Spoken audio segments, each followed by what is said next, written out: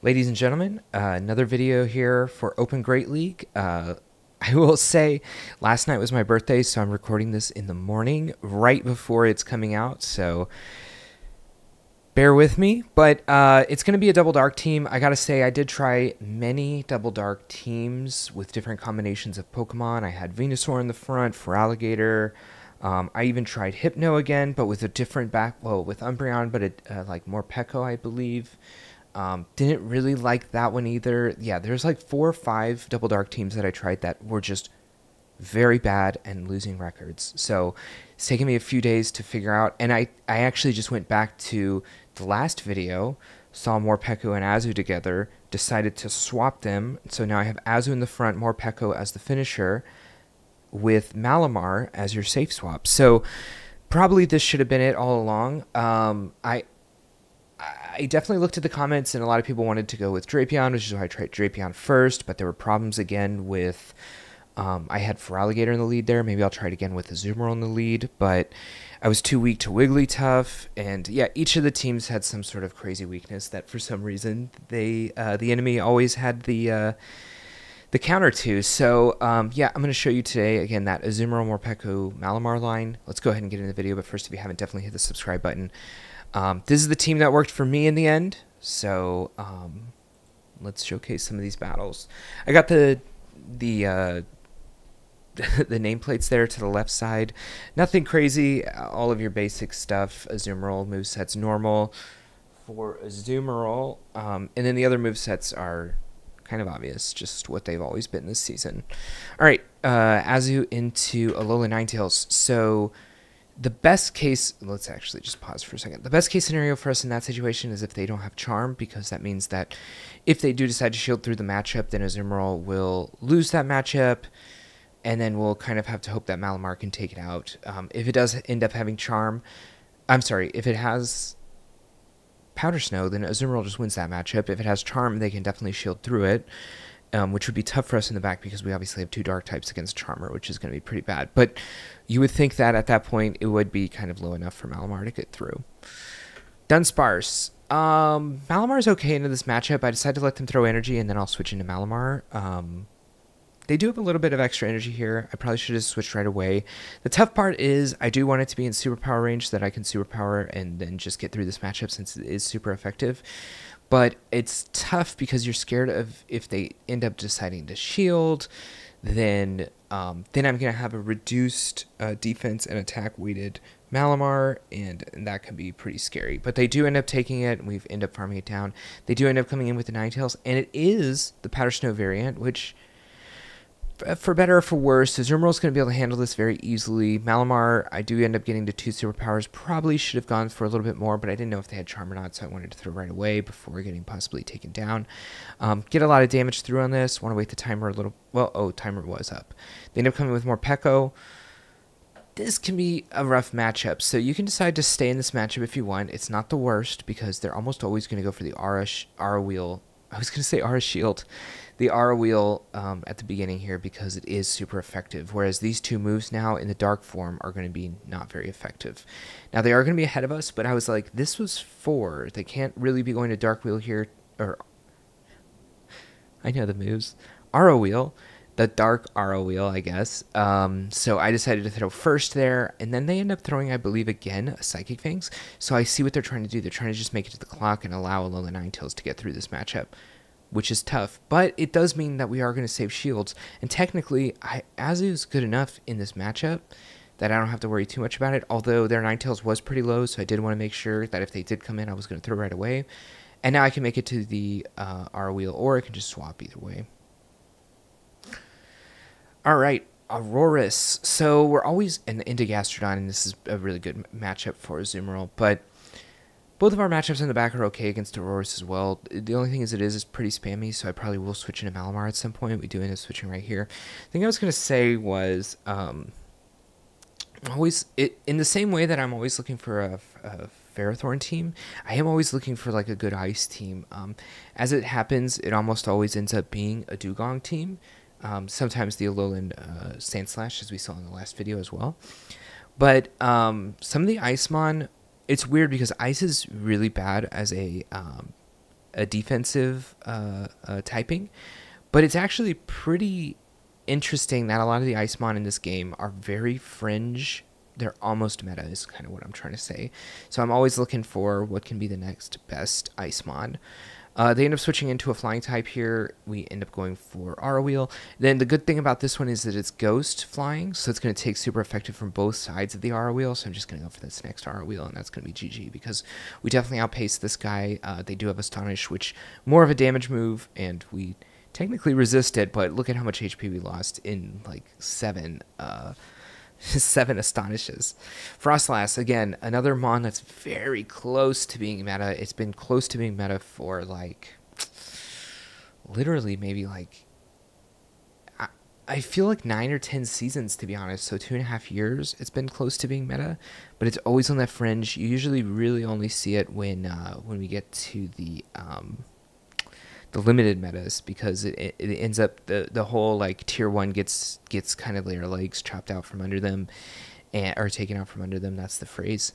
And then you see the Frostlass is right there in that like solid tier 2 state. All right, they do end up coming in with Licky Licky. The only thing it can throw at Azumarill is the Shadow Ball. Now, technically, the Shadow Ball also here is not that bad. I do end up going for the Foul Play just so that I don't debuff myself, but we are getting pretty low here that I may not be able to get to a superpower, although I probably should. They do end up coming in with the Gastrodon. You definitely don't want this Gastrodon into Morpeko, so I do go for the damage here, and I'm hoping that I definitely can't make it to a superpower. I have 2 shields, but that might not be enough unless they let the Psychic Fangs through, or if they start throwing moves, maybe I can get some extra Thunder Shocks in on possibly bad timing. They do throw an Earth Power, which is great for me. This the technical correct move for them to throw. We do want this to just take this out, and we do get our wish to go through that. And now it's about outpacing, and the only way I can outpace is if I don't go for 2 R wheels, so I end up going for the Psychic Fangs right here. They end up shielding. That's nice. It's going to be GG when I get to this R wheel. They are going to throw their move here, but we do have our move as well, so even if they doubled up, which I believe they're one off of anyways, we will be able to just CMP tie them and win that CMP, as Morpeko's attack stats crazy. I believe it's in the 140s, which is an insane amount. Catching you here in the middle of the video, definitely subscribe if you haven't. Just take a second, hit it. All right, back to the video. All right, we're back. Feraligatr and Azumarill. Again, this is kind of Feraligatr. This is kind of Feraligator's match to win if he wants to use shields. They go for bad timing here, which is obviously really good for me. Yeah, they they could have gone one more, to be fair. So we're just going to throw the Play Rough into this. I do wait to see that they do put in 2 Shadow Claws. I did have to answer the door there. That's why we paused the video, so we're back. I wanted him to use energy before we brought in the Morpeko. He was able to throw another Hydro Cannon here, though, so we do end up having the shield. But we do have a huge lead. And I'm like, oh, maybe this one-shots the Skeledirge, and we'd be really good for it if it does. It ends up not. But I could go for a shield and a farm down here, or I can go for a move before they get to another move, and if they end up shielding, I can actually just shield and farm down again. If Azumarill was up, I would switch instantly. They actually end up going for another Incinerate, which is super greedy, and it ends up not working out for them. So, end up taking the Feraligatr out as well with the Morpeko here. Probably not going to be able to take out the last Mon, considering we are very low. Ends up being Sableye, which I obviously should have switched into the Azumarill, but I was kind of just in my mind already, trying to thinking about going into my most healthy Mon. This is not a good choice to do, I guess, in your games. Yeah, they could get a little bit of an energy lead if you wait just one more second, but you'll end up going in the right matchup. So we end up taking it out here, but just something to think about when you're playing your games there. There's a little bit of a mistake here, but we already had a huge lead, so a little bit of a mistake doesn't do too much.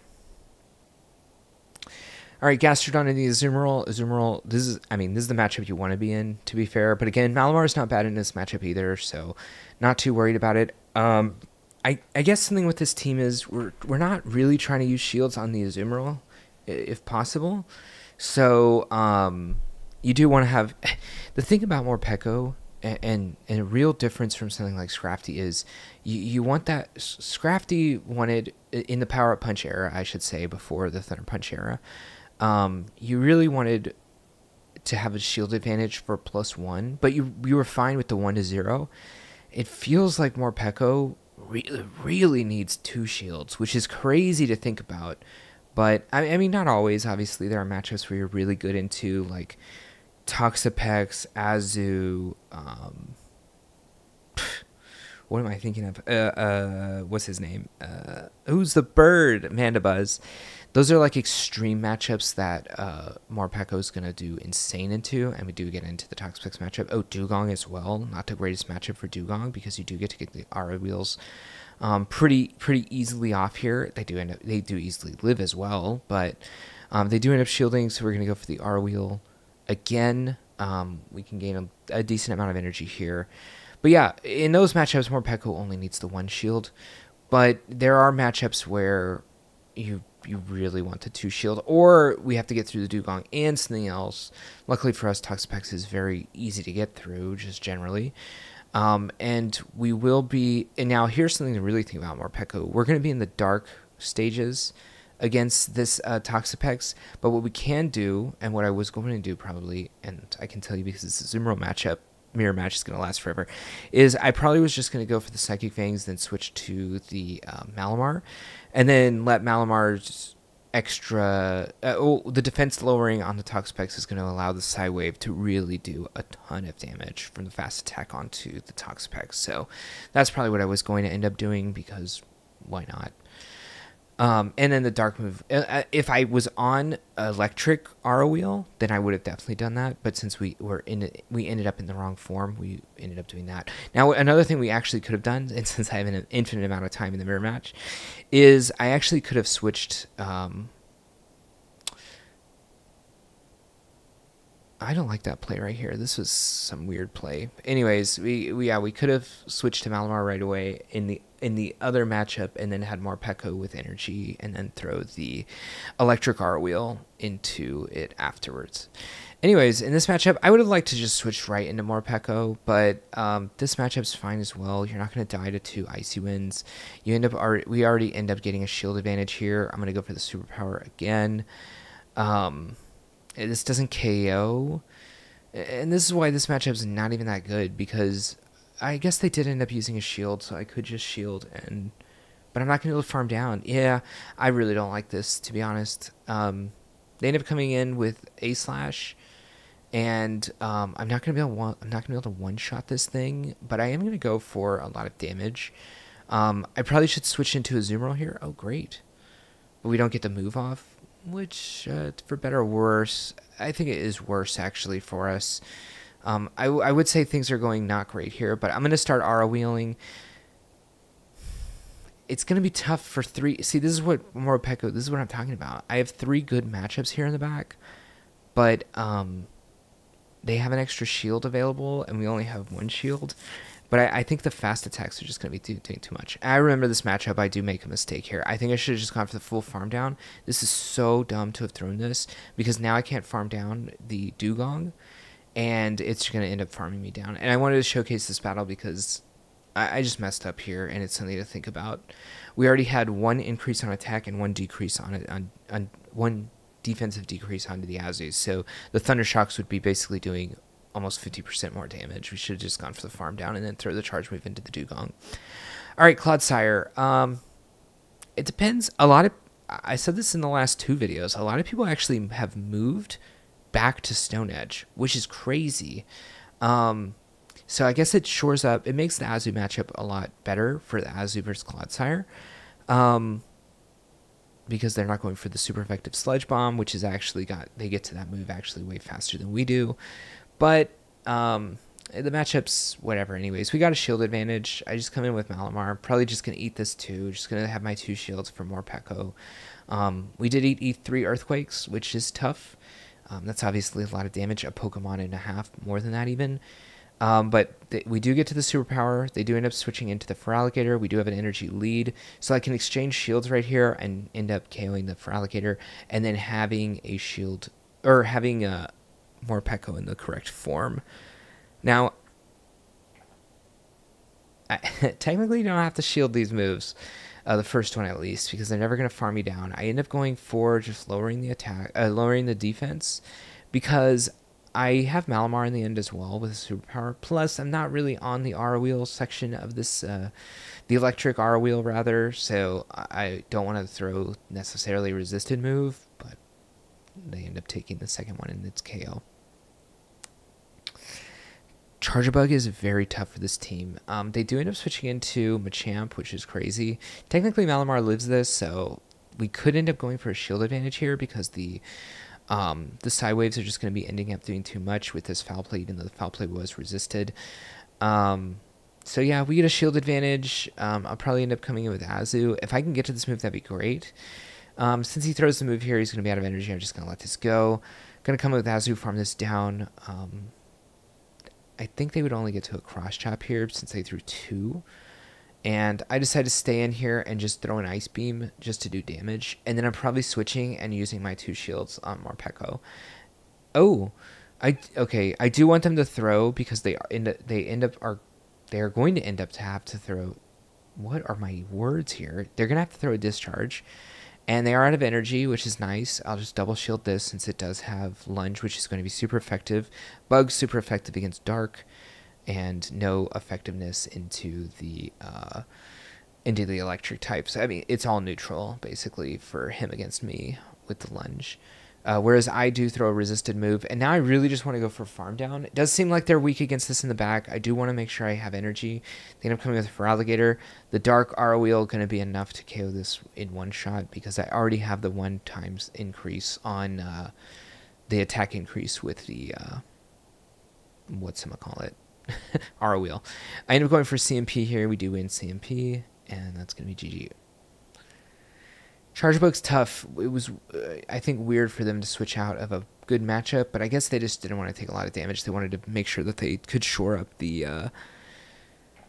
Azumarill matchup. So they do end up switching into Dunsparce, and Dunsparce is a little weird. I do end up taking the energy onto Azumarill. We kind of did this in the last one, too. We let him throw into Azumarill and then switched to give a little bit of an energy advantage for the Azumarill in a later matchup. Plus, we only need to get to a superpower here. Well, technically, they lived on the superpower last time, so they should live and be able to farm down, maybe. They do end up shielding. They do let us get to another superpower here.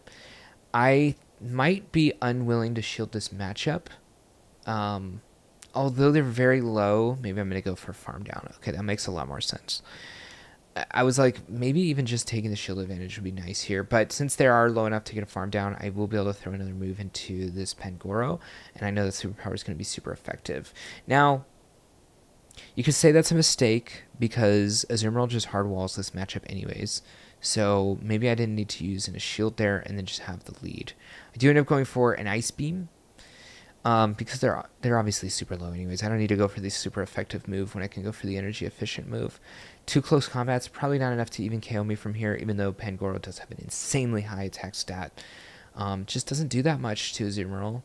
Probably could just switch right now if I wanted to, because they're obviously going to switch.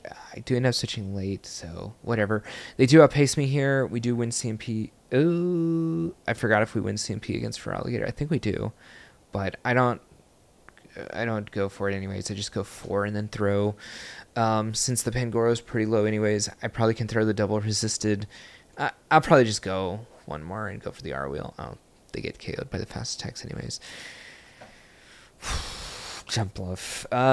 It's a weird matchup because Jumpluff's really good against this whole team. That is one thing to think about. Technically, a grass move doesn't KO even from the shadow. So I do end up going for the Ice Beam, which is double super effective. We threaten actually to KO it. I think this guy ended up throwing a Aerial Ace here. Wait, oh no, they didn't end up throwing the energy ball. Maybe it's the next one they throw. And I am waiting to see 2 attacks come through because I don't want them to catch these moves. This is probably the last shield I'm using on Azumarill, which kind of sucks because it is very high HP here. But I kind of gotta let... I mean, I need a shield for Morpeko. It doesn't make sense to not have a shield. If I ever switch in late to something, it'll just die if it's 0-0 shields. And technically, doesn't have any super effective move it can throw here. The most scary move is Energy Ball. because even the aerial is not going to do a lot there. I do decide to just come in here, and I am hoping in R-Wheel KOs because it is the Shadow version, and it is neutral, and it does end up KOing. So I'm actually in a really good spot here if they do end up having some bad moves. Mon in the back. I end up having R-Wheel, or they end up having a Quagsire, and we CMP on R-Wheel, which means they probably had Mud Bomb, which would have one-shot, obviously. Oh, we get to see it. Am I just going to let it go? I did think about just letting it go and actually going all in on Malamar, which not the normal thing for this team. But we win CMP again. And their last Mon, we're going to have to hope that a Dark R-Wheel is going to be good enough. I am 1x buffed, which is nice. Just give myself an edge here, and then I'll switch into the Malamar. We do have a little bit of energy on the Malamar as well, so we are getting very close to the superpower. And it ends up there super low anyways. Actually, we're right at the superpower, basically. All right. So, again, this video is coming out probably an hour late because I'm filming the video right now, as yesterday was Halloween / my birthday. Hope y'all had a great time. I don't know if y'all trick-or-treated or if y'all handed out candy. I know we handed out candy, which is awesome. I love seeing all the costumes and everything I always have. Yeah, and this is the double dark team that worked, so hopefully this works for y'all. I will say I did not try out a Drapion with an Azu lead. There's so many combinations of things. There's actually so many dark types right now that are actually pretty good. There's like Guzzler, Drapion, Malamar, Morpeko. Umbreon's still as good as it's been. It's fine. Scrafty's kind of fallen off a little bit. But, yeah, a lot of dark types in the meta right now that you can definitely try out. And in combination with that, each dark type's slightly different, and you don't know what lead you're going to run with it. I ran Feraligatr. I ran Venusaur. Venusaur I thought was going to work out really well, but kind of fell into a weird spot. I tried Azu. I tried Hypno. I did not try Malamar because even though it's Psychic, it is dark, and you'd just be super weak to Fairy. Anyways... this is the double dark team that I felt worked out, and yeah, try it out if you want to. If you like this video, hit the thumbs up. If you haven't, definitely subscribe to the channel, and I'll catch you in the next one. Peace. Ladies and gentlemen, another video coming at you from the Open Great League. This is all right, Feraligatr lead.